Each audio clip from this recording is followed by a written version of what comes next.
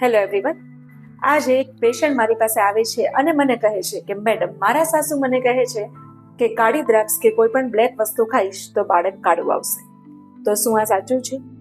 ના, આ માત્ર અને માત્ર એક મીથ છે, એટલે કે ગેરસમજ છે. બાળકનો રંગ કાળો થવો કે ગોરો થવો એ માતા પિતાના જીન્સ પર આધાર રાખે છે, નહીં કે ખાવાની વસ્તુઓ પર. અને એમાં પણ પલાળેલી કાળી દ્રાક્ષ એ પ્રેગ્નન્સીમાં ખૂબ જ ફાયદાકારક છે, કારણ કે તેની અંદર આયર્ન, હાઈ ફાઇબર્સ, એન્ટીઓક્સિડન્ટ્સ અને વિટામિન્સ રહેલા હોય છે, કે જે લોહીના ટકા વધારવામાં મદદરૂપ કરે છે, કબજિયાતમાં રાહત આપે છે, બાળકના હાડકાં અને દાંતના વિકાસ માટે પણ ખૂબ જ જરૂરી છે, અને બાળક અને માતા બંનેના સ્વાસ્થ્ય માટે ખૂબ જ ઇમ્પોર્ટન્ટ છે, કારણ કે તે પોષક તત્વોથી ભરપૂર છે. તો આવી ગેરસમજો પર નહીં, પરંતુ સાયન્સ પર વિશ્વાસ રાખો. તમે આવી કેટલી પ્રેગ્નન્સી મિથ સાંભળી છે? કમેન્ટ સેક્શનમાં જરૂર લખજો. થેન્ક યુ સો મચ, અને ફરી મળીએ એક નવી પ્રેગ્નન્સી ટિપ સાથે.